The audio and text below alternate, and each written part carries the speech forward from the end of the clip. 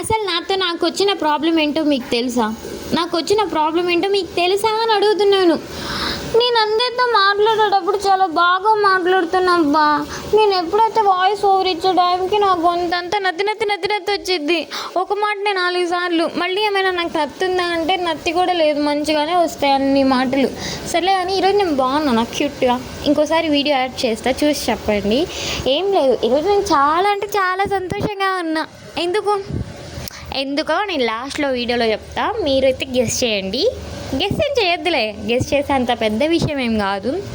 ఈరోజు నేను హ్యాపీగా ఉన్నాను చెప్పి అలా ఫలూదా లేకపోతే మన డ్రై ఫ్రూట్ జ్యూస్ కానీ అలా తాగుదామని చెప్పి వచ్చినా అనమాట. సరే డ్రై ఫ్రూట్ ఆర్డర్ చేసుకుంటే డ్రై ఫ్రూట్స్ లేవని చెప్పారు. ఇంకా మళ్ళీ ఎందుకులే అని చెప్పి మినీ ఫలూదా ఆర్డర్ పెట్టినా. అయినా ఫలూదాని ఎందుకు ఇలా గ్లాస్లో ఇచ్చి ఇబ్బంది పెడుతున్నాను నన్ను? అదే ఒక ప్లేట్లో ఇస్తే ఎలా తిన్నా కానీ నా కడుపులోనే కదా పోయేది. ఇలా ఈ ఫలూదా గ్లాస్లో తినటం వల్ల నాకున్న నష్టాలు ఎన్నో తెలుసా? నా మూతికి అవుతుంది, నా పక్కన వాళ్ళు నన్ను ఏంట్రా ఇంత వయసు వచ్చింది ఇలా తింటుంది అనుకుంటున్నారు, ఐస్ క్రీమ్ కింద పడుతుంది. నేను కనుక ఫ్యూచర్లో ఫలూదా పెడితే ప్లేట్ ఇన్ ఫలూదా అని పెడతా. Comfort is important, comfort is important. And ఈ ఫలూదాని లాస్ట్లో తినేటప్పుడు నేను సాంబార్ చేసిన. మా పక్కన నా ఫ్రెండ్ ఒక అమ్మాయి ఉంది, ఏం చేస్తున్నావు నువ్వు అని చెప్పి.